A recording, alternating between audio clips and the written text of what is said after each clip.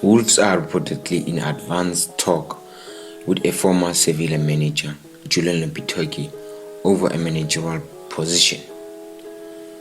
Talks reopened this week after Lepetegui turned down the chance to take the job last month. All parties hopeful a deal can be concluded soon. It is thought that Stephen Davis will remain in charge until the mid-season break for the World Cup. Lepetegui has been Wolves' number one target.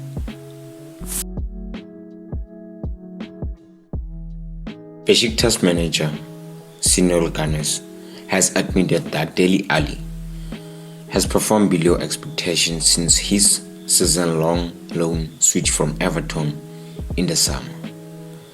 Dele Alli has failed to score or assist in any of his last 5 games, seeing him substituted in each one, with the most recent match seeing him hooked at halftime.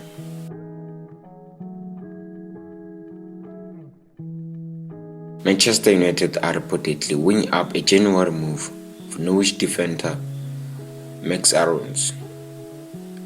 The Man United coach Erik ten Hag is keen to bring in another right back to rival Diogo Dalot, with Aaron Wan-Bissaka features at the club will remain up in the air.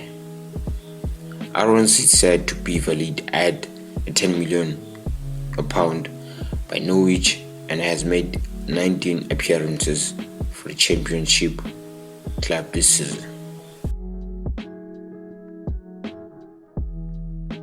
Lazio star Milinkovic-Savic has been ruled out of the upcoming derby against Roma through suspension.